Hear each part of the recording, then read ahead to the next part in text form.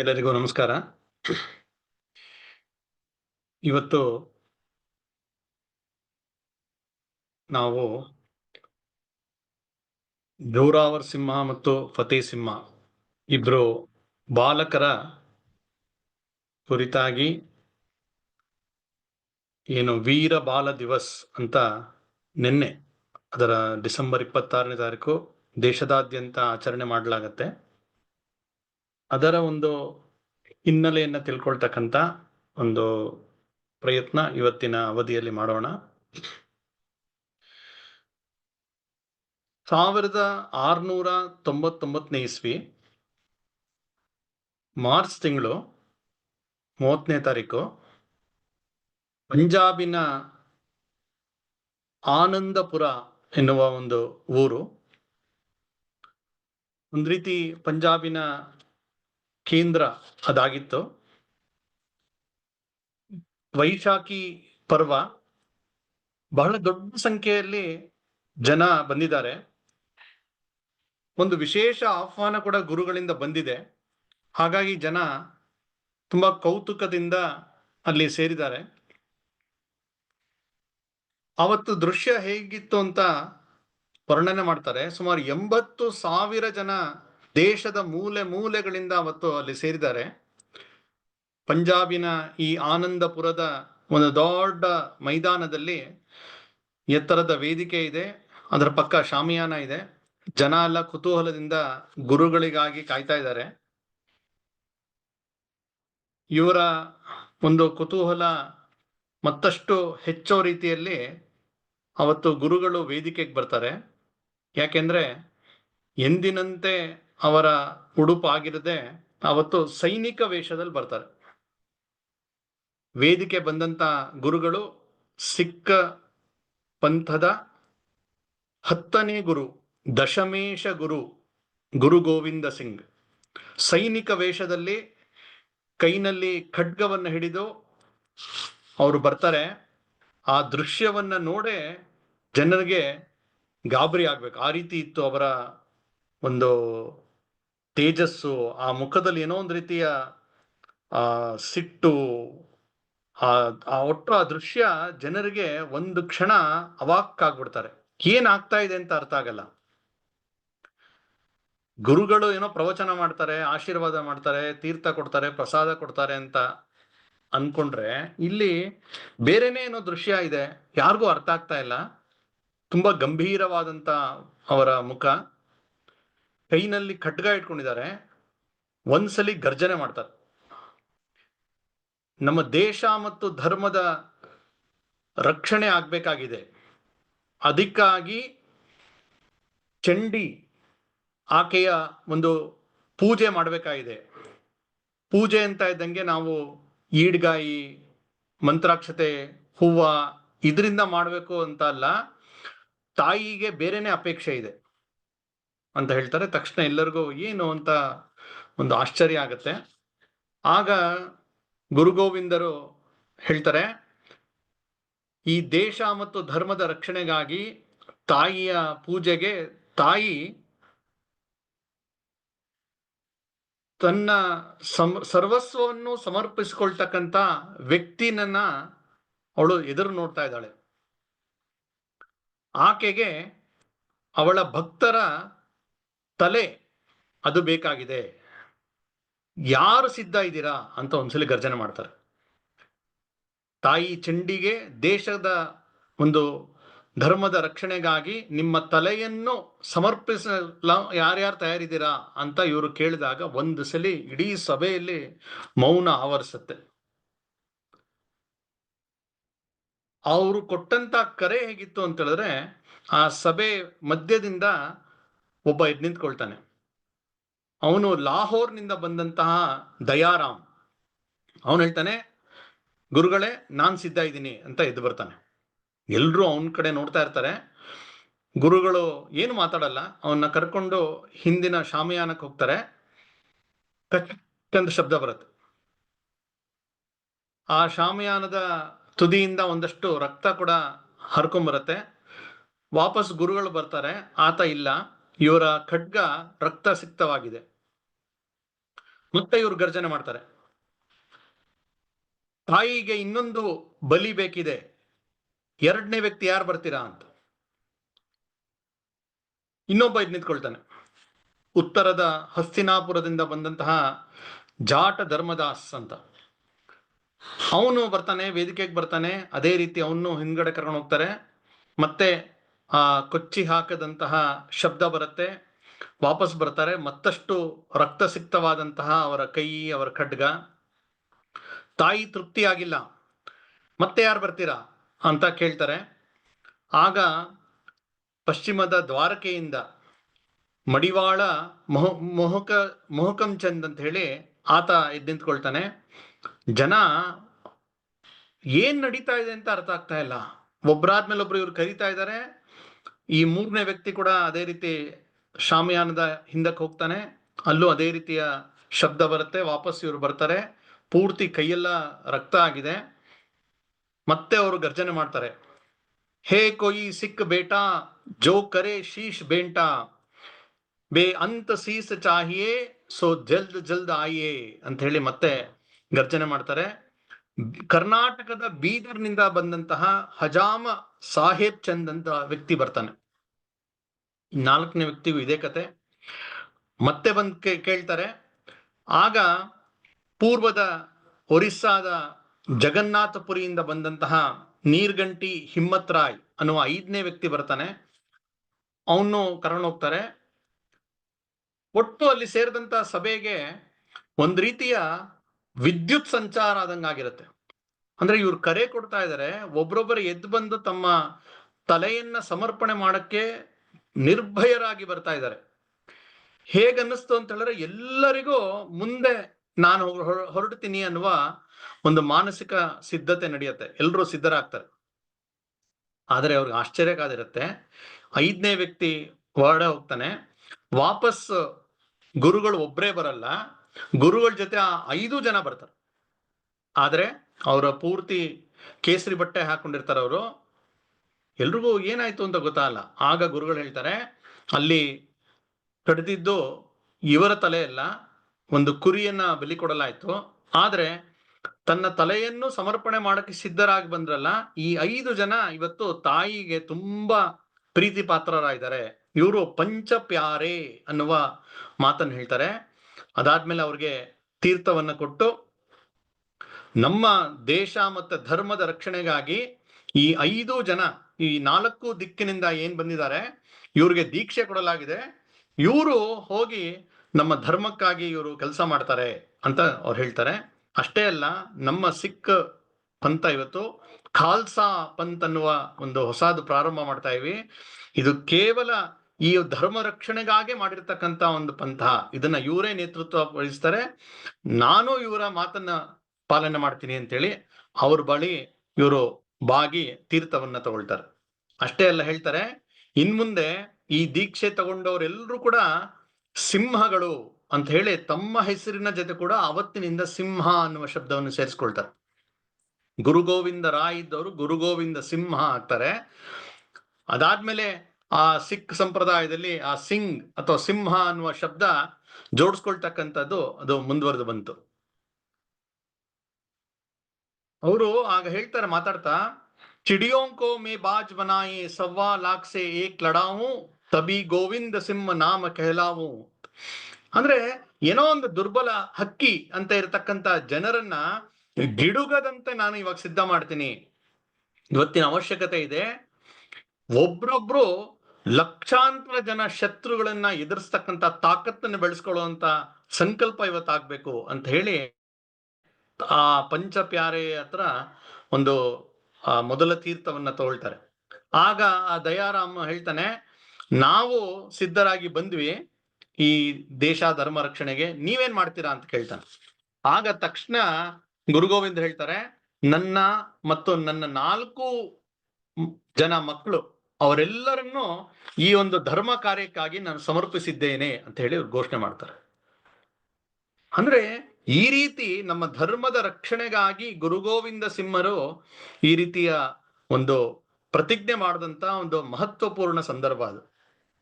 ಇವತ್ತು ಅನೇಕ ನ್ಯಾರೇಟಿವ್ಗಳು ಹುಟ್ಕೊಂಡಿದೆ. ಪಂಜಾಬಿನ ಸಿಖ್ರು ಅವ್ರು ಹಿಂದೂಗಳಲ್ಲ ಅಂತ. ವಾಸ್ತವಿಕವಾಗಿ ಬ್ರಿಟಿಷರು ಸೆನ್ಸಸ್ ನಡೆಸಿದಾಗ ಮೊದಲನೇ ಬಾರಿ 19ನೇ ಶತಮಾನದಲ್ಲಿ ಮೊದಲನೇ ಸೆನ್ಸಸ್ ಅಲ್ಲಿ, ಎರಡನೇ ಸೆನ್ಸಸ್, ಮೂರನೇ ಸೆನ್ಸಸ್, ಮೂರೂ ಸಲ ಅವರು ಲೆಕ್ಕ ಹಾಕಿದ್ದು ಇಡೀ ದೇಶದಲ್ಲಿ ಹಿಂದೂಗಳು, ಮುಸಲ್ಮಾನರು, ಕ್ರಿಶ್ಚಿಯನ್ರು ಮೂರೇ ಕ್ಯಾಟಗರಿ. ಆವಾಗ ಅವ್ರಿಗೆ ಅನ್ನಿಸ್ತಾ ಹೋಗ್ತಾ ಇತ್ತು ಇಷ್ಟು ದೊಡ್ಡ ಪ್ರಮಾಣದಲ್ಲಿ ಹಿಂದೂ ಸಮಾಜ ಇದೆ, ಇದನ್ನ ಒಡಿಬೇಕು ಅಂತ ಹೇಳಿ 4ನೇ ಸೆನ್ಸಸ್ ನಲ್ಲಿ ಹಿಂದೂಗಳು, ಸಿಖ್ಖರು, ಬೌದ್ಧರು, ಜೈನರು ಈ ರೀತಿ ಪ್ರತ್ಯೇಕ ಮಾಡಕ್ ಶುರು ಮಾಡಿದ್ರು. ಅದೇ ಬಾಯ್ಪಾಠ ಆಗ್ತಾ ಆಗ್ತಾ ಬರ್ತಾ ಇವತ್ತು ಎಲ್ಲೋ ಒಂದ್ ಕಡೆ ಸಿಖ್ಖರು ಅಂದ್ರೆ ಬೇರೆ ಅನ್ನುವ ಭಾವ ಅವ್ರಿಗೂ ಬಂದಿದೆ, ಉಳಿದ ಹಿಂದೂಗಳಿಗೂ ಅನ್ಸ್ಬಿಟ್ಟಿದೆ.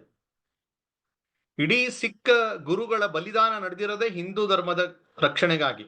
ಇವತ್ತು ಏನ್ ಹೇಳ್ತಾ ಇದ್ದಾರೆ ಒಂದು ನ್ಯಾರೇಟಿವ್ ಅಂದ್ರೆ, ಇಲ್ಲ ಸಿಖ್ ಗುರುಗಳು ಹಿಂದೂ ಧರ್ಮ ರಕ್ಷಣೆಗಾಗಿ ಬಲಿದಾನ ಮಾಡಿಲ್ಲ, ಸಿಖ್ ಪಂಥಕ್ಕೋಸ್ಕರನೇ ಮಾಡಿರೋದು ಅಂತ.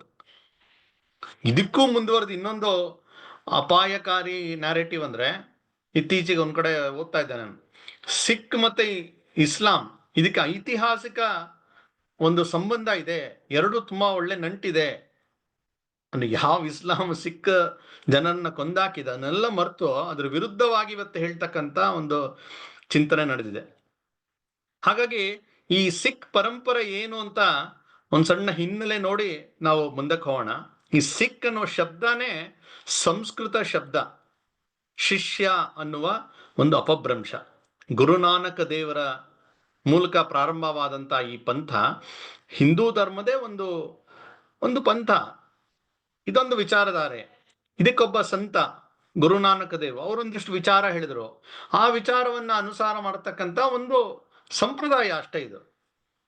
ಸ್ವತಃ ಗುರುನಾನಕ ದೇವರೇ ಸಾಲಿಗ್ರಾಮ ಪೂಜೆ ಮಾಡ್ತಾ ಇರ್ತಾರೆ. ಗುರು ಗೋವಿಂದ ಸಿಂಹರು ಚಂಡಿಯ ಪೂಜೆ ಮಾಡಿದ್ದಾರೆ. ಅಯೋಧ್ಯೆಯ ಜಾಗದಲ್ಲಿ ಆ ಬಾಬರಿ ಕಟ್ಟದಂತ ಆ ಮಸೀದಿ ಇದ್ದಾಗ ಅಲ್ಲಿ 1858ರಲ್ಲಿ ಒಂದು ಮೊದಲ ಕೇಸ್ ದಾಖಲೆ ಆಗತ್ತೆ. ಆ ಕೇಸ್ ಏನು ಅಂತ ಹೇಳಿದ್ರೆ, ಒಂದಷ್ಟು ಜನ ಸಿಖ್ ಸಂಪ್ರದಾಯದವರು ಬಂದು ಅಲ್ಲಿ ಗುರು ಗೋವಿಂದರ ಸ್ಮರಣೆ ಮತ್ತು ಶ್ರೀರಾಮನ ಭಜನೆ ಮಾಡಿದ್ದಾರೆ ಅನ್ನೋದೇ ಅಯೋಧ್ಯೆ ವಿರುದ್ಧ ನಡೆದಂತ ಮೊದಲ ಕೇಸ್. ಅಂದ್ರೆ ಸಿಖ್ಖರು ಅಯೋಧ್ಯೆಗೆ ಬರ್ತಾರೆ, ಎಲ್ಲ ಕಡೆ ಬರ್ತಾರೆ, ನಮ್ಮವರೇ ಅವರು. ಸಿಖ್ಖರ 5ನೇ ಗುರು ಅರ್ಜುನ ದೇವ್ ಅವರು ಈ ಗುರು ಗ್ರಂಥ ಸಾಹೇಬ್ನ ಮೊದಲ ವರ್ಷನ್ ಅಥವಾ ಮೊದಲ ರೂಪ, ಅದು ಆದಿ ಗ್ರಂಥ ಅಂತ ರಚನೆ ಮಾಡಿರ್ತಾರೆ. ಅಂದ್ರೆ ಗುರುನಾನಕ ದೇವರು ಸಂಗ್ರಹ ಮಾಡಿದಂತ ಅನೇಕ ವಿಚಾರಗಳ ಸಂಗ್ರಹ ಅದು. ಅದರಲ್ಲಿ ಇಸ್ಲಾಂ ವಿರುದ್ಧ ಇದೆ ಅನ್ನೋ ಕಾರಣಕ್ಕೋಸ್ಕರ ಜಹಂಗೀರ್ ಗುರು ಅರ್ಜುನ ದೇವರ ಶಿರಶ್ಛೇದನ ಮಾಡಿಸ್ತಾನೆ, ಅತ್ಯಂತ ಕ್ರೂರವಾಗಿ ಶಿಕ್ಷೆ ಕೊಟ್ಟು. ಅಂದ್ರೆ ಕಲ್ಪನೆ ಮಾಡ್ಕೊಳ್ಳಿ, ಒಂದು ಸಂಪ್ರದಾಯದ ಗುರುಗಳು ಅವರನ್ನೇ ಕರೆಸಿ ಅವರ ತಲೆಯನ್ನ ತೆಗಿತಾರೆ ಅಂತ ಹೇಳಿದ್ರೆ ಇಂಥ ಕ್ರೌರ್ಯ ಇರ್ಬೋದು. ಹಾಗಾಗಿ ಅವರ ಮುಂದಿನ 6ನೇ ಗುರು ಹರಗೋವಿಂದರಾಯ ಸಮಯದಲ್ಲಿ ಅನಿವಾರ್ಯವಾಗಿ ಇದು ಭಕ್ತಿ ಪಂಥ ಇದ್ದಿದ್ದು ಸೈನಿಕ ಶಕ್ತಿಯಾಗಿ ಇದು ಪರಿವರ್ತನೆ ಆಗ್ಬೇಕಾಗತ್ತೆ.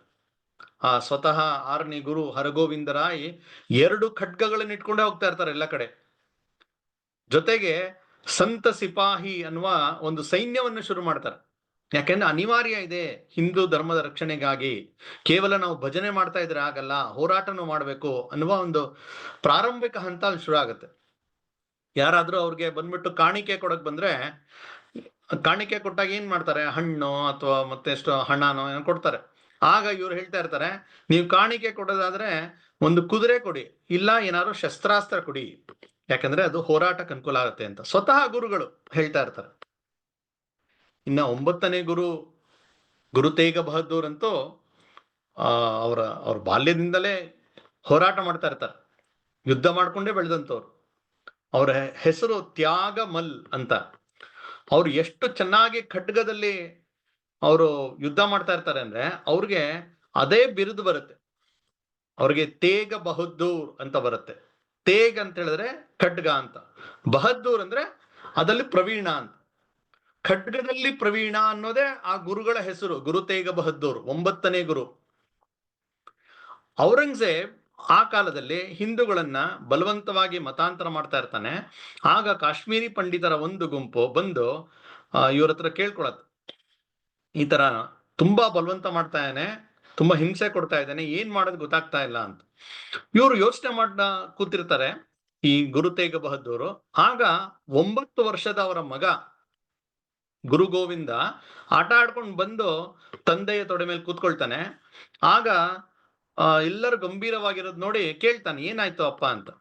ಆಗ ಆ 9ನೇ ಗುರು ತೇಗ್ ಬಹದ್ದೂರ್ ಹೇಳ್ತಾರೆ, ಈ ತರ ಸಮಸ್ಯೆ ಆಗಿದೆ, ಅವನು ಮತಾಂತರ ಆಗಿ ಅಂತ ಬಲವಂತ ಮಾಡ್ತಾ ಇದ್ದಾನೆ ಅಂತ. ಆಗ ಈ ಬಾಲಕ ಗುರು ಗೋವಿಂದ ಕೇಳ್ತಾನೆ, ಇದಕ್ಕೇನ್ ಪರಿಹಾರ ಅಪ್ಪ ಅಂತ. ಮುಗ್ಧವಾಗಿ ಒಬ್ಬ ಬಾಲಕ ಮಗ ಕೇಳ್ತಾನೆ. ಆಗ ತಂದೆ ಹೇಳ್ತಾರೆ, ಇಲ್ಲ, ಇದಕ್ಕೆ ಪರಿಹಾರ ಅಂದ್ರೆ ಯಾರೋ ಒಬ್ಬ ಮಹಾಪುರುಷ ಬರಬೇಕು, ಅವನು ಹೋಗಿ ಔರಂಗಜೇಬ್ಗೆ ಬುದ್ಧಿ ಹೇಳ್ಬೇಕು, ಹಿಂಗೆಲ್ಲ ಮಾಡಬೇಡ, ನೀವು ನಿಮ್ಗೆ ಏನ್ಕೋ ಆಚರಣೆ ಮಾಡ್ಕೊಳ್ಳಿ, ನಮ್ಮ ತಂಟೆಗೆ ಬರಬೇಡ ಅಂತ ಒಬ್ಬ ಬುದ್ಧಿ ಹೇಳ್ಬೇಕು ಅಂತ ಹೇಳ್ತಾರೆ. ತಕ್ಷಣ ಈ ಮಗ ಹೇಳ್ತಾನೆ, ಅಪ್ಪ, ನಿನ್ಗಿಂತ ದೊಡ್ಡ ಮಹಾಪುರುಷ ಯಾರಿದ್ದಾರೆ? ನೀನೇ ನಮ್ಮ ಸಂಪ್ರದಾಯದ, ನಮ್ಮ ಸಿಖ್ ಪಂಥದ ಗುರುಗಳು, ನೀನೇ ಯಾಕೆ ಮಾಡಬಾರದು ಅಂತ ಹೇಳ್ತಾನೆ. ಅಂದ್ರೆ ಒಬ್ಬ ಮಗ, ಅವನ ರಕ್ತದಲ್ಲಿ ಎಂತ ವಿಚಾರ ಹರಿತಾ ಇತ್ತು ನೋಡಿ. ತಕ್ಷಣ ತಂದೆಗೆ ಅನ್ಸತ್ತೆ ಹೌದು ಅಂತ ಹೇಳಿ ಅವ್ರು ಹೇಳ್ತಾರೆ ಕಾಶ್ಮೀರಿ ಪಂಡಿತರಿಗೆ, ನೀವು ಹೋಗಿ ಹೇಳಿ ಔರಂಗಜೇಬ್ಗೆ, ನಮ್ ಗುರುಗಳು ಗುರು ತೇಗ್ ಬಹದ್ದೂರ್ ಅಕಸ್ಮಾತ್ ಮತಾಂತರ ಆದ್ರೆ ನಾವು ಆಗ್ತೀವಿ ಅಂತ ಹೇಳ್ಬಿಡಿ, ನೀವು ಆರಾಮಾಗಿರ್ಬೋದು ಅಂತ. ಇವ್ರು ಹೋಗಿ ಹೇಳ್ತಾನೆ.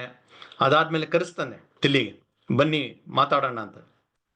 ಇವ್ರು ತುಂಬಾ ದೊಡ್ಡ ಗುರುಗಳು, ಅವ್ರನ್ನ ಕರೆಸ್ತಾನೆ. ಆದ್ರೆ ಅವ್ರು ಬರ್ತಾ ಇರ್ಬೇಕಾದ್ರೆ ಆಗ್ರಾದಲ್ಲೇ ಅವ್ರನ್ನ ಬಂಧನ ಮಾಡಲಾಗತ್ತೆ, ಸಭೆಯಲ್ಲಿ ಅವಮಾನ ಮಾಡಲಾಗತ್ತೆ. ಇವ್ರನ್ನ ಅವನ್ ಮತ್ತೆ ಒತ್ತಾಯ ಮಾಡ್ತಾನೆ, ನೀವು ಮತಾಂತರ ಆಗಿ ಇಸ್ಲಾಂಗೆ ಅಂತ. ಸಾಧ್ಯನೇ ಇಲ್ಲ, ಯಾವುದೇ ಕಾರಣಕ್ಕೂ ಆಗಲ್ಲ ಅಂತಾರೆ. ಆಗ ದಿಲ್ಲಿಯ ಒಂದು ಕೇಂದ್ರ, ಒಂದು ಸರ್ಕಲ್, ಇವತ್ತಿಗೂ ಇದೆ ಆ ಸರ್ಕಲ್, ಚಾಂದನಿ ಚೌಕ್ ಅಂತ. ಆ ಚಾಂದನಿ ಚೌಕ್ ಅನ್ನುವ ಒಂದು ಸರ್ಕಲ್ ನಲ್ಲಿ ಸಾವಿರಾರು ಜನರ ಮಧ್ಯದಲ್ಲಿ ಆ ಗುರುಗಳ ತಲೆಯನ್ನ ಕತ್ತರಿಸಲಾಗತ್ತೆ. ಇವತ್ತಿಗೂ ಆ ಜಾಗದಲ್ಲಿ ನಾವು ಯಾರು ದಿಲ್ಲಿಗೆ ಹೋದ್ರೆ ಪಕ್ಕದಲ್ಲೇ ಗುರುದ್ವಾರ ಇದೆ, ಶೀಶ್ ಗಂಜ್ ಅಂತ.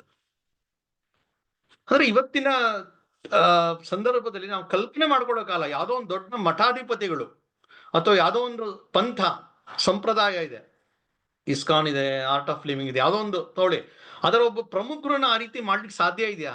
ಆದ್ರೆ ಅವತ್ತು ಇಸ್ಲಾಮಿನ ಕ್ರೌರ್ಯ ಆ ರೀತಿ ಇತ್ತು. ಸಾಕ್ಷಾತ್ ಆ ಗುರುಗಳನ್ನೇ ಅವರು ಕೊಂದಾಕ್ತಾರೆ. ಅದಾದ್ಮೇಲೆ ಗುರು ಗೋವಿಂದರು ಅದರ ಒಂದು 10ನೇ ಗುರುಗಳಾಗಿ ಅವರು ಆ ಸ್ಥಾನವನ್ನು ಅಲಂಕರಿಸ್ತಾರೆ. ಹೀಗೆ ಗುರುನಾನಕರ ಇಂದ ಪ್ರಾರಂಭವಾದಂತಹ ಸಿಖ್ ಸಂಪ್ರದಾಯ ನಿರಂತರವಾಗಿ ಹಿಂದೂ ಧರ್ಮದ ಒಂದು ರಕ್ಷಣೆ ಮಾಡ್ತಾ ಇದೆ. ಗುರು ಗೋವಿಂದರ ಬರೋಷ್ಟೊತ್ತಿಗೆ ಅದು ಪೂರ್ತಿ ಸೈನಿಕ ರೂಪ ಅನಿವಾರ್ಯವಾಗಿ ಪಡಿಬೇಕಾಗಿ ಬರುತ್ತೆ. ಇನ್ನ ಈ ಗುರು ಗ್ರಂಥ ಸಾಹೇಬ್ ಅಂತ ಏನಿದೆ, ಅಂದ್ರೆ ಸಿಖ್ಖರ 10ನೇ ಗುರುಗಳು, ಅವರು ಹೇಳ್ತಾರೆ ಇನ್ಮುಂದೆ ಈ ಗ್ರಂಥವೇ ನಮ್ಮ ಗುರುವಾಗಿರುತ್ತೆ ಅಂತ ಹೇಳಿ ಅವ್ರು ಘೋಷಣೆ ಮಾಡ್ತಾರೆ. ಗುರುನಾನಕರು ಇಡೀ ದೇಶದಲ್ಲಿ ಓಡಾಡಿ ಅನೇಕ ದೊಡ್ಡ ದೊಡ್ಡ ಸಂತರು, ಜ್ಞಾನಿಗಳು, ಅವರ ವಚನಗಳು, ಅವರ ಹಾಡುಗಳು, ಅವರ ಮಾತುಗಳನ್ನ ಸಂಗ್ರಹ ಮಾಡಿ ಪುಸ್ತಕ ಮಾಡಿದ್ದಾರೆ. ಇದರಲ್ಲಿ ಇಡೀ ದೇಶದಲ್ಲಿ ಅವರು ಓಡಾಡಿದಾಗ ಅವ್ರಿಗೆ ಕಂಡಂತ ಒಳ್ಳೊಳ್ಳೆ ವಿಚಾರಗಳನ್ನ ಒಂದ್ ಕಡೆ ಸಂಗ್ರಹ ಮಾಡಿದ್ದಾರೆ.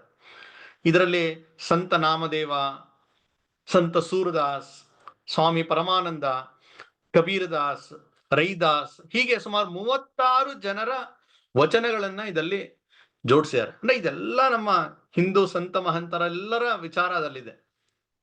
ಒಂದ್ಸಲಿ ಒಬ್ಬ ಸಿಖ್ ನಾಯಕ ಮಾತಾಡ್ತಾ ನಾವು ಹಿಂದೂಗಳಲ್ಲ ಅಂತ ಜೋರಾಗಿ ಕೂಗಾಡಿದಾನೆ. ಆಗ ಒಬ್ರು ಹೇಳಿದ್ದಾರೆ, ಗುರು ಗ್ರಂಥ ಸಾಹಿಬ್ನಲ್ಲಿ ಹಿಂದೂ ದೇವದೇವತೆಯರ ಹೆಸರು ಬರುತ್ತೆ, ಲಕ್ಷ್ಮಿ, ಪಾರ್ವತಿ, ಹರಿ, ರಾಮ, ಗೋಪಾಲ, ಗೋವಿಂದ, ಪರಮೇಶ್ವರ, ಜಗದೀಶ, ಕೃಷ್ಣ, ಈ ತರ ಎಲ್ಲ ಹೆಸರುಗಳು ಬರುತ್ತಲ್ಲ ಅಂತ ಹೇಳಿದಾಗ ಅವನ್ ಸಿಟ್ನಲ್ಲಿ ಹೇಳಿದಂತೆ, ಯಾವ್ಯಾವ ಪುಟದಲ್ಲಿ ಹಿಂದೂ ಹೆಸರಿದೆ, ಹಿಂದೂ ದೇವರ ಹೆಸರಿದೆ, ಅದನ್ನ ಹರಿದಾಕಿ ಅಂತ. ಆಗ ಆ ಹಿರಿಯರು ಹೇಳಿದ್ರಂತೆ, ನೀವು ಹೇಳಿದಂತೆ ಮಾಡಿದರೆ ಗುರು ಗ್ರಂಥ ಸಾಹೇಬ್ನ ರ್ಯಾಪರ್ ಮಾತ್ರ ಉಳಿಯುತ್ತೆ ಅಂತ. ಯಾಕಂದ್ರೆ ಪ್ರತಿ ಪುಟದಲ್ಲೂ ಆ ದೇವರ ನಾಮ ಇದೆ.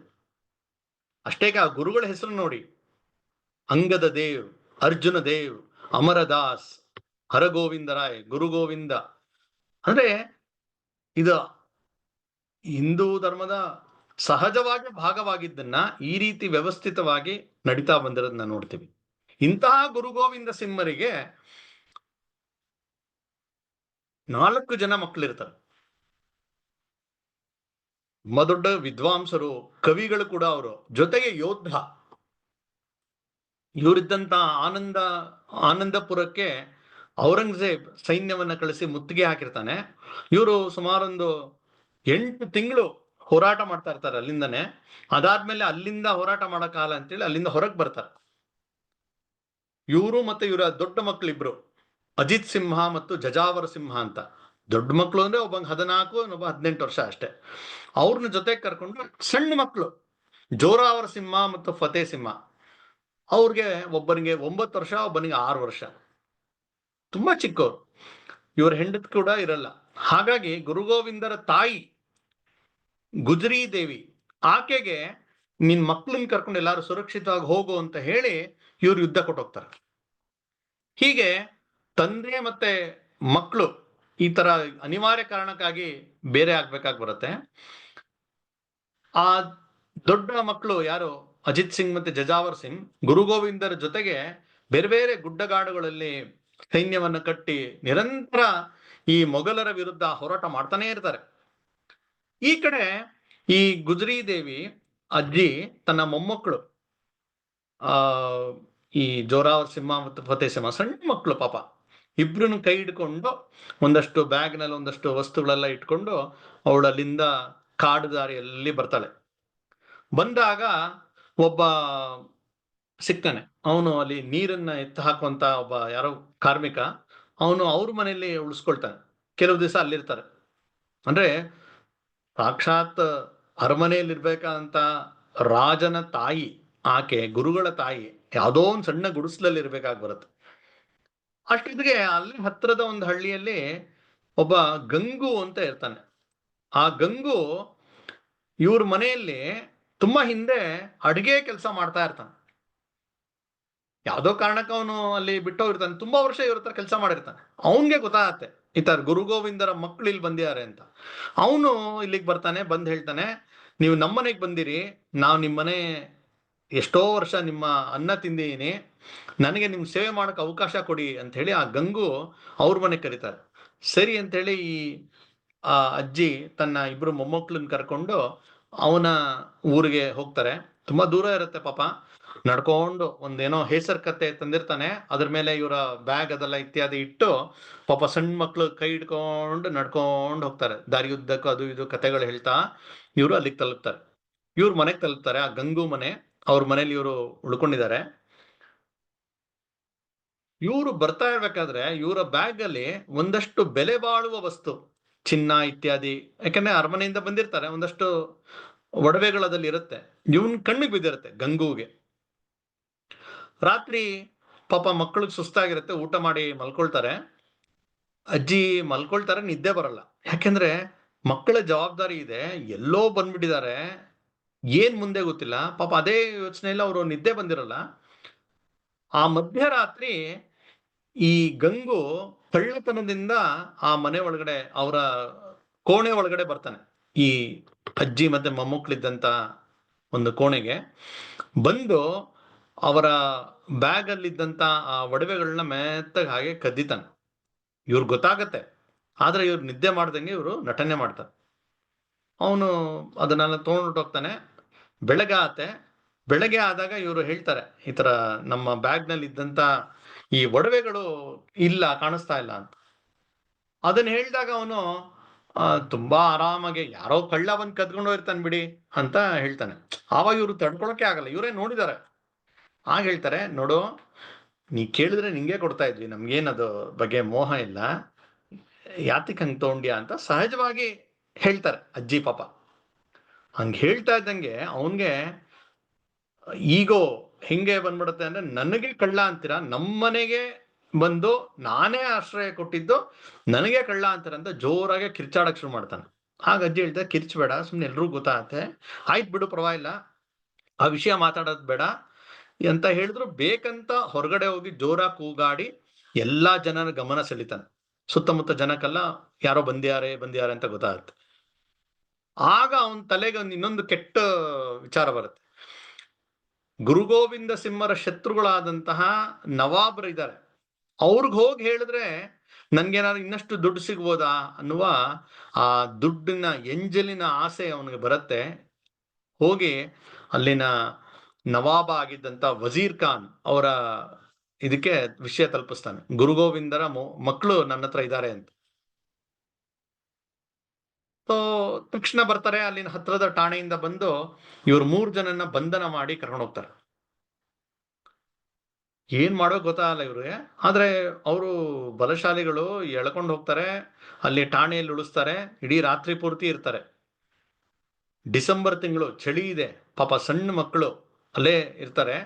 ರಾತ್ರಿಯೆಲ್ಲ ಅಜ್ಜಿ ಆಕೆಗೆ ಬೇರೆ ಬೇರೆ ಕತೆಗಳು, ಅವರ ವಂಶದಲ್ಲಿ ಆದಂತ ಹೋರಾಟದ ಅನೇಕ ಘಟನೆಗಳನ್ನ ಹೇಳ್ತಾ ಮಕ್ಕಳಿಗೆ ಧೈರ್ಯ ಹೇಳ್ತಾ ರಾತ್ರಿ ಎಲ್ಲ ಕಳೀತಾರೆ.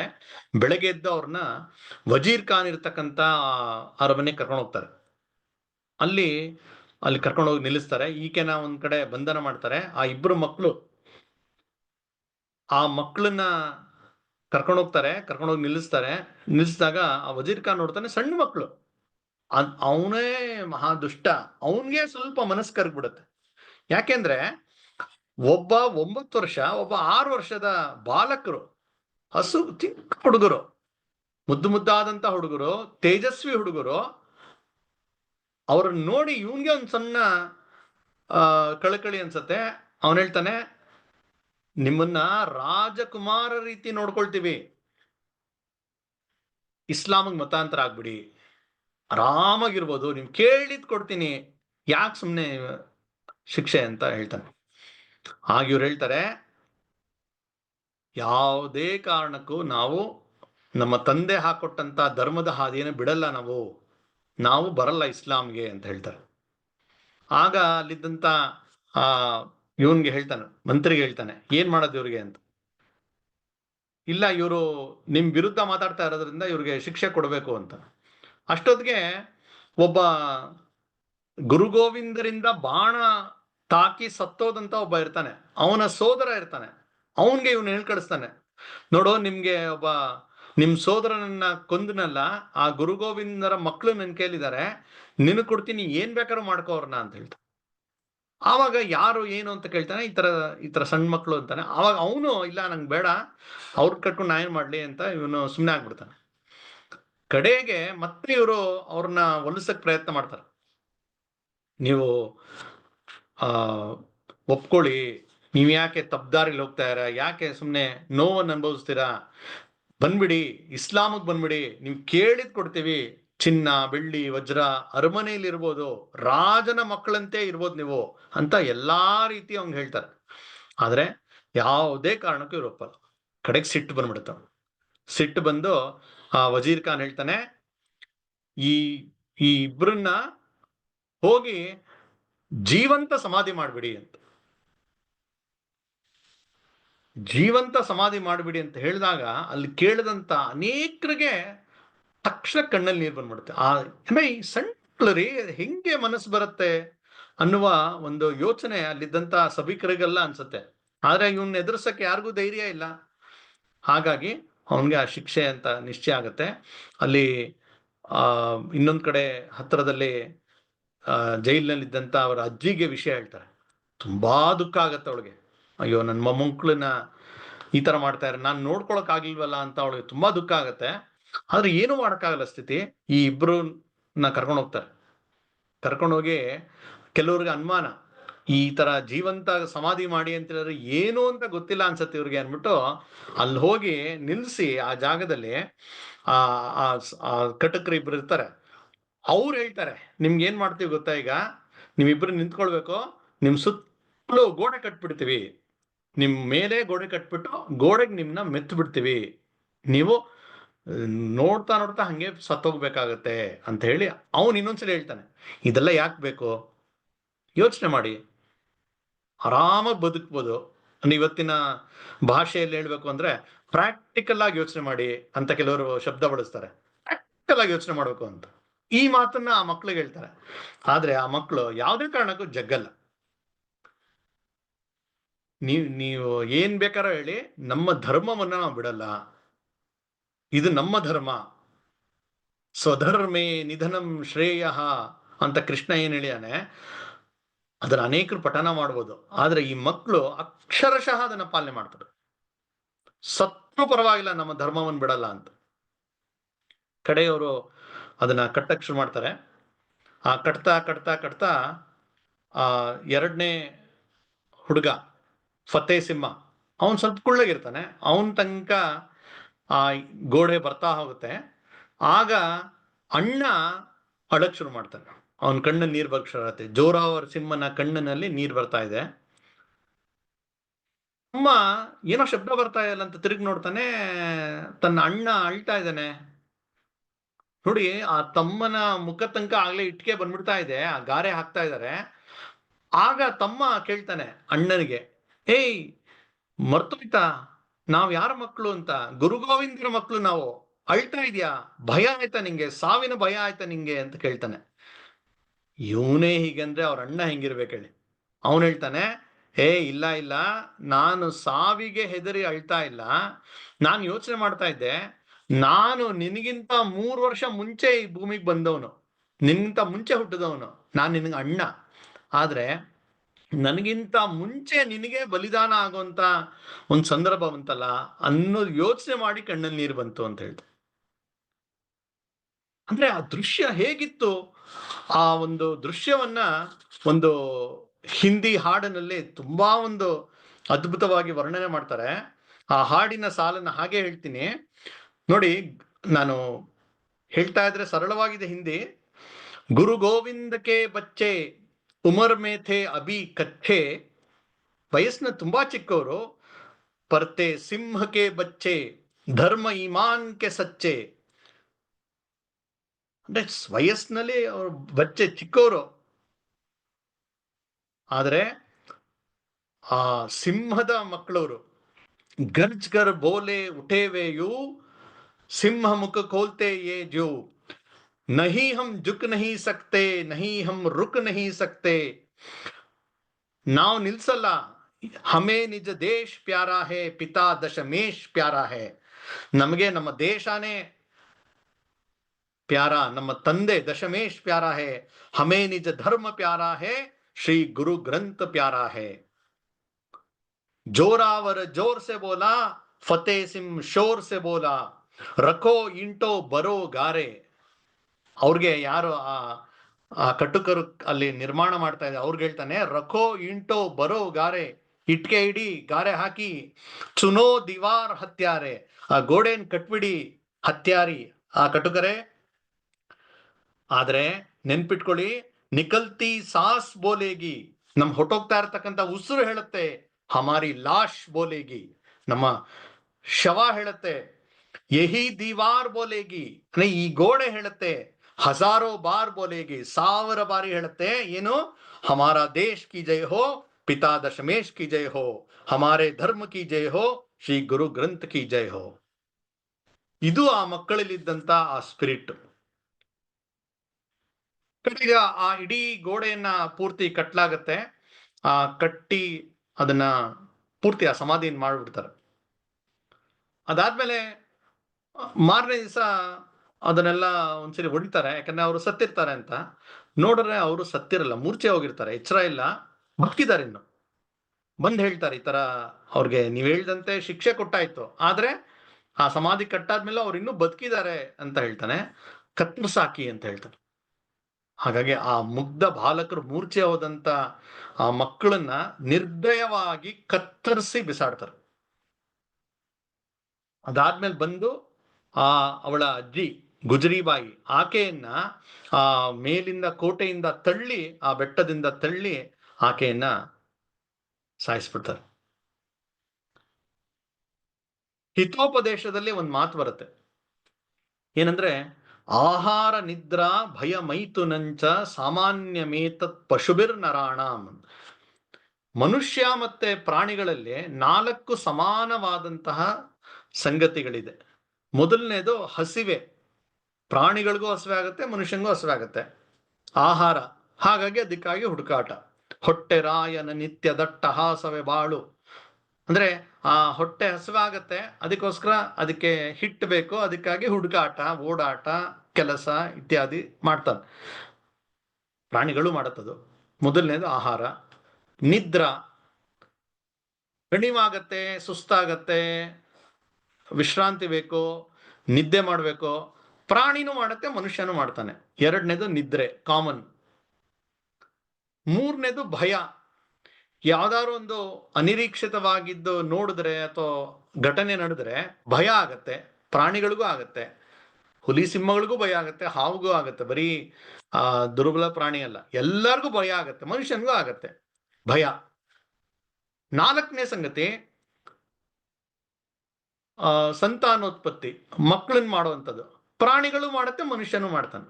ಈ ನಾಲ್ಕೇ ಸಂಗತಿ ಒಬ್ಬ ವ್ಯಕ್ತಿಯಲ್ಲಿ ಇತ್ತು ಅಂತಂದ್ರೆ ಅವನಿಗೂ ಪ್ರಾಣಿಗಳಿಗೂ ಏನು ವ್ಯತ್ಯಾಸ ಇಲ್ಲ ಅಂತ ಈ ಮಾತಲ್ಲಿ ಹೇಳ್ತಾರೆ. ಆಹಾರ ನಿದ್ರಾ ಭಯ ಮೈಥುನಂಚ ಸಾಮಾನ್ಯ ಮೇತತ್ ಪಶುಭಿರ್ ನರಾಣ. ಸಾಮಾನ್ಯ ಇದು. ಕೆಲವ್ರು ಹೇಳ್ತಾರೆ ನನ್ಗೆ ಹೊಟ್ಟೆ ಪಾಡಿಗಾಗಿ ಬದುಕಿದೀನಿ ಅಂತ. ಸಮ, ಪ್ರಾಣಿಗೆ ಸಮ.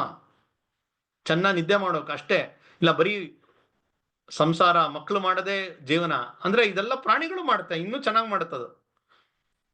ಇದೇ ಶ್ಲೋಕದ ಮುಂದಿನ ವಾಕ್ಯಲ್ಲಿ ಹೇಳ್ತಾರೆ, ಆದ್ರೆ ಒಂದೇ ಒಂದು ಸಂಗತಿ ಇದೆ, ಅದು ಡಿಫರೆನ್ಸ್. ಪ್ರಾಣಿಗಳಿಗೂ ಮನುಷ್ಯನ ಡಿಫರೆನ್ಸ್ ಮಾಡ್ತಕ್ಕಂಥ ಅಥವಾ ಡಿಫ್ರೆನ್ಶಿಯೇಟ್ ಮಾಡ್ತಕ್ಕಂಥ ಸಂಗತಿ ಯಾವುದು ಅಂದ್ರೆ ಧರ್ಮೋ ಹಿ ಏಕೋ ಅಧಿಕೋ ವಿಶೇಷ. ಧರ್ಮ ಅನ್ನೋದೇ ಒಂದು ಅಧಿಕವಾದಂತ ವಿಶೇಷ. ಧರ್ಮೇಣ ಹೀನಃ ಪಶುಭಿಸ್ ಸಮಾನಃ ಅಂತ. ಅಂದ್ರೆ ಧರ್ಮ ಅನ್ನೋದು ಆ ಮನುಷ್ಯನನ್ನ ಪ್ರಾಣಿ ಪಶುತ್ವದಿಂದ ಮನುಷ್ಯನನ್ನಾಗಿ ಮಾಡೋದೇ ಧರ್ಮ. ಧರ್ಮೋ ಹಿ ಏಕೋ ಅಧಿಕೋ ವಿಶೇಷ. ಜೀವನದಲ್ಲಿ ಅದಿರ್ಲೇಬೇಕು, ಅದಕ್ಕೋಸ್ಕರ ಮಹತ್ವ ಕೊಡಬೇಕು. ಈ ಪಾಠವನ್ನ ಗುರುಗೋವಿಂದ ಸಿಂಹರು ತಮ್ಮ ಮಕ್ಕಳಿಗೆ ಹೇಳ್ಕೊಟ್ಟಿದ್ರು. ಎಂತಹ ಒಂದು ಧರ್ಮನಿಷ್ಠೆಯನ್ನ ತಂದೆ ಕಲಿಸಿದ್ರು ನೋಡಿ. ಎಂತಹ ಸ್ಥಿತಿ, ಪ್ರಾಯಶಃ ಯಾರಿಗೂ ಇಂತಹ ಒಂದು ಸ್ಥಿತಿ ಬರಲ್ಲ. ಆದ್ರೆ ಸಣ್ಣ ಸಣ್ಣ ವಿಷಯಗಳಿಗಾಗಿ ನಮ್ಮ ಧರ್ಮವನ್ನ ಬಿಟ್ಟು ಅವರು ದೂರ ಹೋಗ್ತಾರಲ್ಲ, ಅವ್ರಿಗೆ ಧರ್ಮನಿಷ್ಠೆಯನ್ನ ಅವ್ರ ತಂದೆ ತಾಯಿಗಳು ಕಲಿಸಿಲ್ಲ, ಧರ್ಮ ಪ್ರಜ್ಞೆಯನ್ನ ಕಲಿಸಿಲ್ಲ.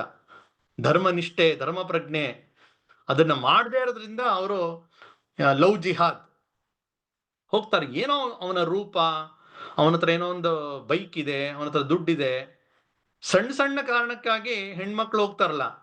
ಅಂದ್ರೆ ಇದು ಇಸ್ಲಾಂಗಾದ್ರೆ ಅದೇ ರೀತಿ ಕ್ರಿಶ್ಚಿಯನ್ ಆಗೇ ಹೋಗ್ತಾರೆ. ಅಂದ್ರೆ ಅವ್ರಿಗೆ ಧರ್ಮದ ಬಗ್ಗೆ ಜಾಗೃತಿ ಇಲ್ಲದೆ ಇರೋದ್ರಿಂದ ಈ ರೀತಿ ಆಗ ನಾವು ನೋಡ್ತೀವಿ. ಆದ್ರೆ ಇಂತಹ ಒಂದು ಧರ್ಮನಿಷ್ಠೆ ಇವರು ಕಳಿಸ್ಕೊಟ್ರು ನೋಡಿ. ಅದಕ್ಕೆ ಹೇಳ್ತಾರೆ ಮಕ್ಕಳನ್ನ ಭೂಮಿಗೆ ಕೊಡ್ತೀವಿ, ಅವರು ಈ ದೇಶ ಮತ್ತೆ ಈ ಧರ್ಮಕ್ಕೆ ಉಪಯೋಗ ಆಗ್ಬೇಕು ಯಾವ್ದೋ ಒಂದು ರೀತಿಯಲ್ಲಿ. ಅದೆರಡಕ್ಕೂ ಉಪಯೋಗ ಆಗಲಿಲ್ಲ ಅಂದ್ರೆ ಅವ್ರು ವ್ಯರ್ಥ. ಯಾಕೆಂದ್ರೆ ಸುಮ್ಮನೆ ಒಂದೇನೋ ಸಂಸಾರ ಮಾಡು, ಉದ್ಯೋಗ ಮಾಡು ಅಂತ ಬೇಕಾಷ್ಟು ಜನ ಇದ್ದಾರೆ. ಇನ್ನೊಂದು ಅಡಿಷನ್ ಯಾಕೆ? ಏನಾರು ಒಂದು ಇವರಿಂದ ಈ ಧರ್ಮಕ್ಕಾಗಿ ಉಪಯೋಗ ಆಗತ್ತಾ? ಆ ರೀತಿ ಬದುಕುವಂತ ಮಕ್ಕಳನ್ನ ಅವರು ತಂದೆ ನಿರ್ಮಾಣ ಮಾಡಿದ್ರು. ಹಾಗಾಗಿ ಅವ್ರು ತೀರ್ಕೊಂಡು 320 ವರ್ಷದ ನಂತರವೂ ನಾವು ನೆನ್ಪು ಮಾಡ್ಕೊಳ್ತಾ ಇದೀವಿ. ಅವ್ರು ಬದುಕಿದ್ದೆಷ್ಟು ಅಂದ್ರೆ ಡಬಲ್ ಡಿಜಿಟ್ ಆಗ್ಲಿಲ್ಲ, 10 ವರ್ಷನೂ ಬದುಕಲಿಲ್ಲ. 100 ವರ್ಷ ಅಂತ ಹೇಳ್ತೀವಿ, ಯಾರೋ 10 ವರ್ಷನೂ ಬದುಕಿಲ್ಲ, ಒಬ್ಬ 6 ಒಬ್ಬ 9 ವರ್ಷ. ಆದ್ರೆ ಅವ್ರು ಬದುಕಿದ ರೀತಿ ಹೇಗಿತ್ತು ಅಂದ್ರೆ, ಅವರು ತೀರ್ಕೊಂಡು 3 ಶತಮಾನಗಳಾದ್ರೂ ದೇಶದಾದ್ಯಂತ ಇವತ್ತು ಸ್ಮರಣೆ ಮಾಡುತ್ತೆ.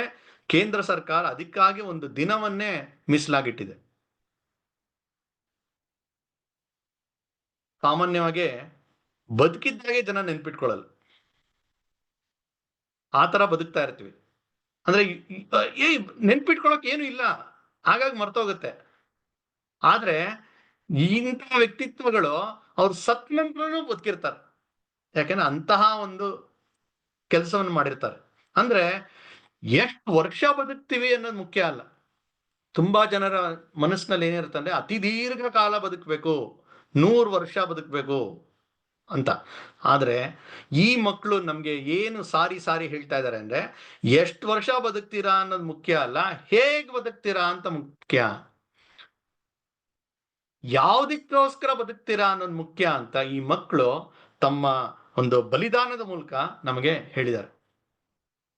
ಒಂದು ಹಾಡಿನಲ್ಲಿ ಹೇಳ್ತಾರೆ, ಹೇಡಿಗೆಷ್ಟು ಸಾವು ಬಹುದೋ ಎಷ್ಟು ಬದುಕು ತಿಳಿಯದೋ, ವೀರ ನಿನಗೆ ಒಮ್ಮೆ ಮಾತ್ರ ಬದುಕು ಬೆಳಕು ದೊರೆಯುವುದು ಅಂತ. ಜನ ಹೇಡಿಗಳಾಗಿ ಬದುಕ್ತಾ ಇರ್ತಾರಲ್ಲ, ಅವ್ರಿಗೆ ಕ್ಷಣ ಕ್ಷಣವೂ ಸಾವು. ಯಾಕಂದ್ರೆ ಹೆದರಿ ಹೆದರಿ ಸಾಯ್ತಾ ಇರ್ತಾರೆ. ಹಾಗಾಗಿ ಅವರು ಒಂದು ಬದುಕಿನಲ್ಲಿ ಸಾವಿರಾರು ಸರಿ ಸತ್ತಿರ್ತಾರೆ. ಆದ್ರೆ ವೀರರಿಗೆ ಒಂದೇ ಒಂದು ಸಾವು ಅಂತ. ನೋಡಿ ಎಷ್ಟು ಚೆನ್ನಾಗಿ ಆ ಹಾಡಲ್ಲಿ ಹೇಳ್ತಾರೆ, ಹೇಡಿಗೆಷ್ಟು ಸಾವು ಬಹುದೋ ಎಷ್ಟು ಬದುಕು ತಿಳಿಯದು, ವೀರ ನಿನಗೆ ಒಮ್ಮೆ ಮಾತ್ರ ಬದುಕು ಬೆಳಕು ದೊರೆಯುವುದು. ಒಬ್ಬ ವೀರ ಆಗಿರ್ತಾನ, ಒಂದೇ ಒಂದು ಸಾವು. ಹೀಗೆ ಈ ಮಕ್ಕಳ ಸಾವು, ಗುಜರಿಬಾಯಿಯ ಸಾವು, ಈ ಸುದ್ದಿ ಗುರುಗೋವಿಂದರಿಗೆ ತಲುಪತ್ತೆ. ಅವರು ಅಷ್ಟೊತ್ತಿಗಾಗ್ಲೇ ಅವರೊಂದ್ ಕಡೆ ಎಲ್ಲ ಬೇರೆ ಬೇರೆ ದಿಕ್ಕಲ್ಲಿ ಹರಡಿರ್ತಾರೆ. ತನ್ನ ಮೊದಲೇ 2 ಮಕ್ಕಳು ಅಜಿತ್ ಸಿಂಹ ಮತ್ತು ಜಜಾವರ ಸಿಂಹ ಯುದ್ಧದಲ್ಲಿ ಹೋರಾಟ ಮಾಡ್ತಾ ಅವರ ಕಣ್ಣು ಮುಂದೆನೆ ಪ್ರಾಣ ಬಿಟ್ಟಿರ್ತಾರೆ. ಒಬ್ಬ 14 ವರ್ಷ, ಒಬ್ಬ 18 ವರ್ಷ. ಇನ್ನ 2 ಸಣ್ಣ ಮಕ್ಕಳು ಇವನು ವಜೀರ್ ಖಾನ್ನ ಒಂದು ದುಷ್ಟ ಕಾರ್ಯದಿಂದಾಗಿ ಅವರು ಪ್ರಾಣ ಕಳ್ಕೊಂಡ್ರು ಅಂತ ಸುದ್ದಿ ತಲುಪತ್ತೆ. ಹಿಂಗಾಗಿರ್ಬೇಕು ತಂದೆಗೆ. ತಾಯಿ ಕೊಲೆ ಮಾಡಿದ್ದಾರೆ ಅಂತ ಸುದ್ದಿ ಬರುತ್ತೆ, ತಾಯಿನ ಸಾಯಿಸಿದ್ದಾರೆ, 4 ಜನ ಮಕ್ಕಳು ಬಲಿದಾನ ಆಗಿದ್ದಾರೆ ಅಂತ ಇವರ ಕಿವಿಗೆ ಬಂದು ಸುದ್ದಿ ಅಪ್ಪಳಿಸತ್ತೆ. ಆಗ ಅವ್ರು ಹೇಳ್ತಾರೆ, ಇನ್ನು ಸುತನಕ್ಕೆ ಕಾರಣ ವಾರದಿಯೇ ಸುತ ಚಾರ್ ದಿಯೇ ತೋ ಕ್ಯಾ ಹುವಾ ಜಬ್ ಜೀವತ 4000 ಅಂತ. ಈ 4 ಜನ ಸತ್ತರೇನಂತೆ 4000 ಜನ ತಯಾರಾಗಿ ಬರ್ತಾರೆ, ನಮ್ಮ ಹೋರಾಟವನ್ನ ಮುಂದುವರಿಸ್ತಾರೆ ಬಿಡಿ ಅಂತ ಹೇಳ್ತಾರೆ. ಅಂದ್ರೆ ಸ್ವಂತ ತನ್ನ 4 ಮಕ್ಕಳನ್ನ ಕಳ್ಕೊಂಡಂತ ಒಬ್ಬ ತಂದೆ ಆಡದಂತ ಮಾತಿದ್ರು. ಅವ್ರು ಹೇಳ್ದಂತೆ ಅಕ್ಷರಶಃ ನಿಜ ಆಗತ್ತೆ. ಯಾಕೆಂದ್ರೆ ಮುಂದೆ ಯಾರು ಈ ರೀತಿಯ ಒಂದು ಅನ್ಯಾಯ ಮಾಡ್ತಾ ಇದ್ರು ಅವರೆಲ್ಲರೂ ಮುಂದೆ ಬಂದಂತ ಹೋರಾಟಗಾರರು ಅವ್ರಿಗೆ ಒಂದು ದೊಡ್ಡ ಪಾಠವನ್ನೇ ಕಲಿಸ್ತಾರೆ. ಇವರು ದಕ್ಷಿಣಕ್ಕೆ ಗೋದಾವರಿ ತೀರದ ನಾಂದೇಡ್ಗೆ ಬರ್ತಾರೆ. ಅಲ್ಲಿ ಬಂದಾಗ ಇವ್ರಿಗೆ ಈ ಸುದ್ದಿ ಗೊತ್ತಾಗೋದು. ಅಲ್ಲಿ ಒಂದು ಗುಹೆಯಲ್ಲಿ ತಪಸ್ ಮಾಡ್ತಾ ಇದ್ದಂತ ಒಬ್ಬ ಬೈರಾಗಿ ಅವನ್ ಹೋಗ್ತಾರೆ, ಭೇಟಿ ಮಾಡ್ತಾರೆ. ಅವನ್ ನೋಡ್ತಾ ಇದ್ದಂಗೆ ಹಳೇ ಶಿಷ್ಯ ಅವನು ಇಲ್ಲಿ ಬಂದು ಅವನು ಬೈರಾಗಿಯಾಗಿ ಇಲ್ಲಿ ತಪಸ್ ಮಾಡ್ತಾ ಇರ್ತಾನೆ. ಅವನು ಇವ್ರನ್ನ ನೋಡ್ತಾ ಇದ್ದಂಗೆ, ಗುರು ಗೋವಿಂದರ ನೋಡ್ತಾ ಇದ್ದಂಗೆ ಬಂದು ಅವ್ರ ಕಾಲಿಗೆ ಬಿದ್ದು, ನಾನು ನಿಮ್ಮ ಬಂದ ಅಂತ ಕರಿತಾನೆ. ಬಂದ ಅಂದ್ರೆ ಸೇವಕ ಅಂತ. ಅವನು ಬೈರಾಗಿ, ಬಂದಾ ಬೈರಾಗಿ ಇದ್ದವನ್ನ ಅವತ್ತು ಇವರು ದೀಕ್ಷೆ ಕೊಟ್ಟು ಬಂದಾ ಬಹದ್ದೂರ್ ಅಂತ ಹೇಳಿ ಅವರು ಕರೀತಾರೆ. ಅವ್ರು ಹೇಳ್ತಾರೆ, ನಿನ್ನ ಕೆಲಸ ಈ ಒಂದು ಗುಹೆಯಲ್ಲಿ ಕೂತು ತಪಸ್ ಮಾಡಿದ್ದು ಸಾಕು, ವಾಪಸ್ ನೀನೀಗ ಪಂಜಾಬ್ಗೆ ಹೋಗ್ಬೇಕು, ಅಲ್ಲಿ ಹೋಗಿ ಹೋರಾಟವನ್ನ ಮುಂದುವರಿಸಬೇಕು, ಸೈನ್ಯವನ್ನ ಕಟ್ಟಿ ಆ ಇಸ್ಲಾಮಿ ಭಯೋತ್ಪಾದಕರು, ದೇಶದ್ರೋಹಿಗಳು, ಮೊಘಲರು ಏನು ಅತ್ಯಾಚಾರ ಮಾಡ್ತಾ ಇದ್ದಾರೆ ಅದರ ವಿರುದ್ಧ ಜನರನ್ನ ಸಂಘಟನೆ ಮಾಡಬೇಕು, ಸೈನ್ಯವನ್ನು ಕಟ್ಟಿ ನೀನು ಹೋರಾಟ ಮಾಡಬೇಕು ಅಂತ ಹೇಳಿ ಅವನಿಗೆ ದೀಕ್ಷೆ ಕೊಡ್ತಾರೆ. ಆ ಬಂದಾ ಬೈರಾಗಿ, ಬಂದಾ ಬಹದ್ದೂರ್, ಅವನ ಕತೆ ಅಂತೂ ಮತ್ತಷ್ಟು ರೋಮಾಂಚಕವ. ಅವನು ಹೋಗ್ತಾನೆ, ಹೋಗಿ ಆ ಜನರನ್ನು ಸಹಿಸಿ ಅತ್ಯಂತ ವೀರಾವೇಶದಿಂದ ಯುದ್ಧ ಮಾಡ್ತಾನೆ. ಅಷ್ಟಲ್ಲ, ಆ ಸರ್ಹಿಂದ್ ಆ ಪ್ರದೇಶದ ಜಾಗದಲ್ಲೇ ಈ ಮಕ್ಕಳ ಒಂದು ಹತ್ಯೆ ಆಗಿದ್ದು. ಆ ಪ್ರದೇಶದ ನವಾಬ ವಜೀರ್ ಖಾನ್ ಅವನನ್ನು ಹೋಗಿ ಇವನು ಸಂಹಾರ ಮಾಡ್ತಾನೆ. ಆ ಗುರುಗೋವಿಂದರ ಮಕ್ಕಳ ಕೊಂದಂತಹ ಆ ಅನ್ಯಾಯಕ್ಕೆ ಅವನು ಸೇಡನ್ನು ತೀರಿಸ್ಕೊಳ್ತಾನೆ. ಹಾಗಾಗಿ ಇವತ್ತಿಗೂ ಕೂಡ ಅದಾದ್ಮೇಲೆ ಇನ್ನೂ ಮುಂದುವರಿಯುತ್ತೆ. ಅದಾದ್ಮೇಲೆ ಬಂದಂತಹ ಮಹಾರಾಣಾ ರಂಜಿತ್ ಸಿಂಗ್, ಅವನು ಸುಮಾರು 40 ವರ್ಷಗಳ ಕಾಲ ದೂರದ ಅಫ್ಘಾನಿಸ್ತಾನದಿಂದ ಹಿಡಿದು ಇರಾನ್ ತನಕ ಅವನು ವಿಸ್ತಾರ ಮಾಡಿರ್ತಾನೆ. ಅಲ್ಲಿಂದ ಹಿಡಿದು ಕಾಶ್ಮೀರ, ಇವತ್ತಿನ ಪಂಜಾಬ್, ದೊಡ್ಡ ಪ್ರದೇಶದ ಒಂದು ಸಾಮ್ರಾಜ್ಯವನ್ನು ಸ್ಥಾಪನೆ ಮಾಡಿ 40 ವರ್ಷಗಳ ಕಾಲ ಇಸ್ಲಾಂಗೆ ಟಕ್ಕರ್ ಕೊಡ್ತಾನೆ. ಗುರುಗೋವಿಂದರು ಹೇಳಿದಂತ ಮಾತು ಅಕ್ಷರಶಃ ನಿಜ ಆಗುತ್ತೆ. ಹೀಗೆ ಈ ಗುರುಗೋವಿಂದರ ಹಸುಳೆ ಬಾಲಕರು 6 ಮತ್ತು 9 ವರ್ಷದ ಇಬ್ರು ಮಕ್ಕಳು, ಫತೇ ಸಿಂಹ ಮತ್ತು ಜೋರಾವರ್ ಸಿಂಹ, ಅವರ ಬಲಿದಾನ ಆದಂತ ದಿನ ನಿನ್ನೆ ಡಿಸೆಂಬರ್ 26ನೇ ತಾರೀಕು. ಈ ಸಂದರ್ಭದಲ್ಲಿ ವಿಶೇಷವಾಗಿ ಆ ಪ್ರದೇಶದಲ್ಲಿ ಹೆಚ್ಚಿನ ಜಾಗದಲ್ಲಿ ಶಹೀದ್ ಜೋಡ ಮೇಳ ಅಂತ ಹೇಳಿ ಕರೀತಾರೆ.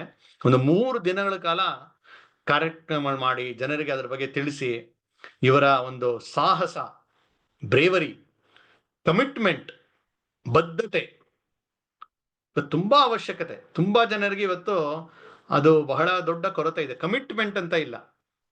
ಒಪ್ಕೊಳ್ತಾರ ಮಾಡೋದೇ ಇಲ್ಲ. ಅಂದ್ರೆ ನಂಬಿಕೆ, ಒಪ್ಕೊಂಡಂಥದ್ದು ಶತಾಯ ಗತಾಯ ಪ್ರಾಣ ಹೋದ್ರೂ ಬಿಡದೆ ಮಾಡುವಂತ ಸ್ವಭಾವ ಇದೆಯಲ್ಲ, ಅದು ಕಮಿಟ್ಮೆಂಟ್. ಈ ಮಕ್ಕಳಲ್ಲಿ ಅದನ್ನ ನೋಡ್ತೀವಿ. 3ನೇದು ಭಕ್ತಿ. ಅವರ ಗುರುಗಳ ಬಗ್ಗೆ, ಅವರ ತಂದೆಯ ಬಗ್ಗೆ, ಅವರ ಧರ್ಮದ ಬಗ್ಗೆ ಎಂತಹ ಭಕ್ತಿ. ಗನ್ ಪಾಯಿಂಟ್ ತಲೆಯಲ್ಲಿ ಇಟ್ಬಿಟ್ಟು ನೀನು ಏನಾಗ್ತೀಯಾ ಅಂತ ಕೇಳಿದ್ರೆ, ಇಲ್ಲ ನಾನು ನೀವು ಹೇಳ್ದಂಗೆ ಮಾಡ್ತೀವಿ ಅಂತ ಜನ ಹೇಳ್ತಾರೆ. ವಾಸ್ತವಿಕವಾಗಿ ನೋಡಿದ್ರೆ ನಮ್ಮ ಇಡೀ ದೇಶದಲ್ಲಿ ದೊಡ್ಡ ಪ್ರಮಾಣದಲ್ಲಿ ಮುಸಲ್ಮಾನರಿದಾರಲ್ಲ, ಅವರೆಲ್ಲ ಯಾರು ಅಂತ ಹೇಳಿದ್ರೆ ಹಿಂದೂಗಳಾಗಿದ್ದವರು. ಅವ್ರಿಗೆ ಈ ರೀತಿ ಹೆದರಿಸಿದಾಗ ಹೆದರ್ಕೊಂಡು ಮತಾಂತರ ಆದವರೇ ಮುಸಲ್ಮಾನರು. ಹೇಡಿಗಳು ಹಿಂದೂಗಳಲ್ಲಿ ಯಾರಿದ್ರೋ ಅವರೆಲ್ಲರೂ ಮುಸಲ್ಮಾನರಾಗಿ ಕನ್ವರ್ಟ್ ಆದ್ರು. ಯಾರು ಧೈರ್ಯವಾಗಿ ಉಳಿದ್ರೋ ಅವರೆಲ್ಲ ಹಿಂದೂಗಳಾಗಿ ಉಳಿದಿದ್ದಾರೆ. ಹಾಗಾಗಿ ಈ ಒಂದು ಜೋರಾವರ್ ಸಿಂಹ ಫತೇ ಸಿಂಹ ಅವರ ಕಥೆಯಲ್ಲಿ ನಮಗೆ ಹಿಂದೂಗಳ ಒಂದು ಪರಾಕ್ರಮ ಇಂಥದ್ದು ಅತ್ಯಂತ ಹೀನಾಯ ಸ್ಥಿತಿ ಆಗಿಬಿಟ್ಟಿದೆ. ಯಾರು ಸಹಕಾರ ಇಲ್ಲ ಅಂತ ಇದ್ದಾಗ ಕೂಡ ಧೃತಿಗೆಡದೆ ಹೋರಾಟವನ್ನ ಮುಂದಿಡತಕ್ಕಂಥ ಶೌರ್ಯ ಪರಾಕ್ರಮಗಳು ಗೊತ್ತಾಗತ್ತೆ. ಅದರ ಜೊತೆಗೆ ಇಸ್ಲಾಂ ನಮ್ಮ ದೇಶದಲ್ಲಿ ಮಾಡಿರ್ತಕ್ಕಂಥ ಕ್ರೌರ್ಯದ ಪರಿಚಯವನ್ನು ಆಗತ್ತೆ. ಹಾಗಾಗಿ ಈ ಒಂದು ವೀರ